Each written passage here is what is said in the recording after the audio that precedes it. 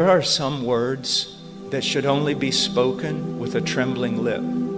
I sometimes marvel at how carelessly we throw around the word redemption. Or I've been redeemed. Yeah, you have. Through the death of God's own Son, you've been redeemed. What really happened on the cross?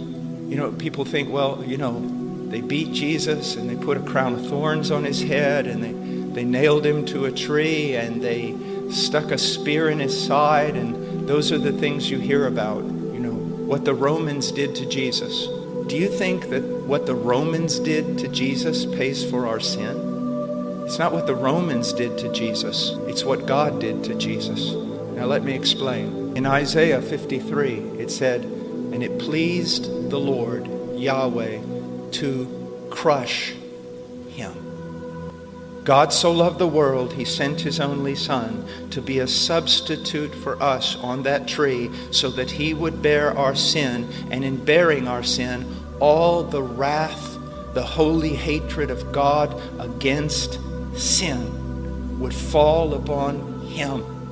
And he would pay the very last cent until he cried out, what? It is finished. Do you remember when Jesus was in the garden and he prayed 3 times, "Let this cup pass from me, let this cup pass from me, let this cup pass from me"? What was in the cup? If you go back into the Old Testament, it talks about the cup of God's wrath, of God's judgment that should be poured out upon the nations. And Jesus was in such anguish knowing he was going to have to drink this cup. And then people will go on and say, yes, it was so horrible, the beatings and the crown of thorns and the crucifixion. Well, yes, it was all horrible, and that was a part of the redemption, but you're not understanding some things. Let me clarify. Do you know that in early Christianity, and until today, believers are crucified? Did you know that? As a matter of fact, Rome crucified so many Christians that they would set them on fire and use them as street lamps.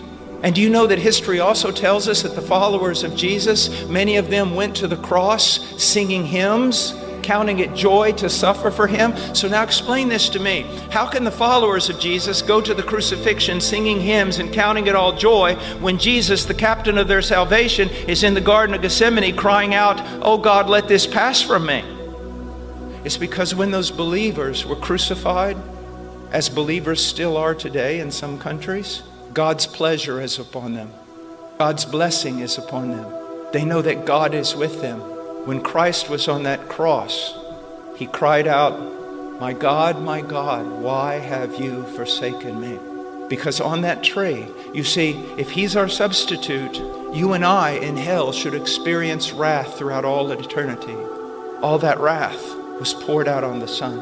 3 hours of darkness. And people look at it as thinking it was rainy maybe, or there was lightning, or it was cloudy.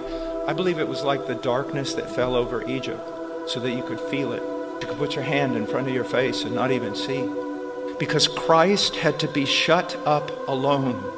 He couldn't even look out at the mourners and draw comfort. He had to be shut up completely alone. One man standing for us all. Completely alone. Cut off from men. Cut off from love. Cut off from mercy. Cut off from God. While billow after billow after billow of the wrath of God is poured out upon him. The very wrath that melts mountains and dries up seas is poured out upon him until finally the very last cent of our penalty is paid. And he cries out, "It's finished." That's what Calvary's about. And I haven't even touched on it. I could spend a whole week with you going through each one of these things. That's what Calvary is about. That's why we serve him. That's why we love him. I'm not religious. I'm not tidy. I'm not cultured. I'm not well kept. There's one thing that holds me in place.